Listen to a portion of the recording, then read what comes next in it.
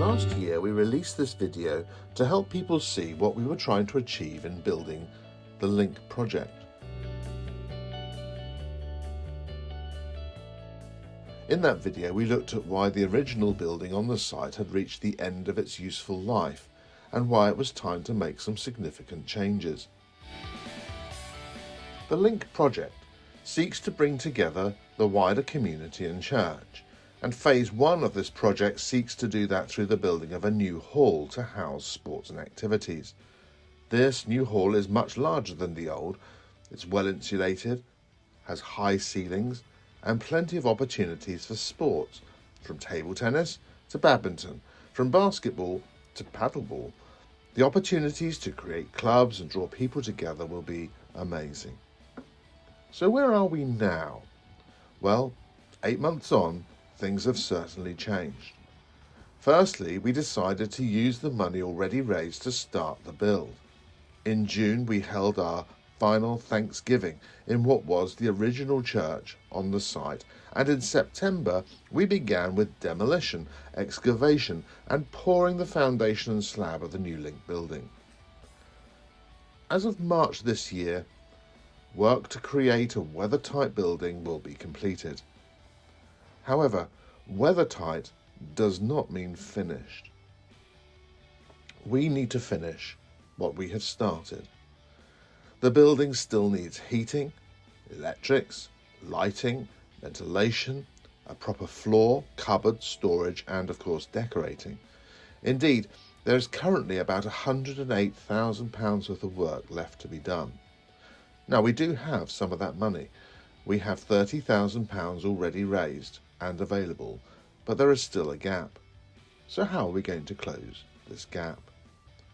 We need to raise the last £78,000. So, on Sunday the 23rd of March, as part of our service, we will be holding a gift day. And we want you to consider what you might be able to do to help. At present, we propose 5 ways that we are looking at raising money. Firstly, we are going to continue to approach grant-making trusts. However, larger trust applications have now been exhausted, so it's very unlikely we'll be able to raise much more than £20,000 this way. And it may take many months to take an application through to the point of gaining approval.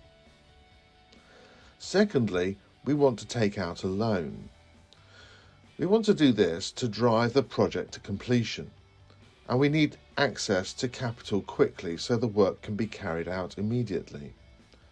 Now we could approach a high street lender, but with increased interest rates, it would raise the cost of the project still higher. So we would like to ask if you have savings you would consider lending to the church to enable us to complete the build. Any money loaned would be repaid over 3 years. This would perhaps involve a consortium, a group of people willing to put a share in, with an agreement drawn up for repayment. We would like to think that we could raise about £50,000 by doing this, and it would allow us to continue the build to completion quickly so we can get the building into use. But how would we envisage paying back these loans? Well, thirdly, we would look at people pledging monthly. At present, a few people already do, including myself, and we give a monthly amount to the church. If we could increase this number of people, we could see the loan being paid off. Here is a simple example of how that might happen.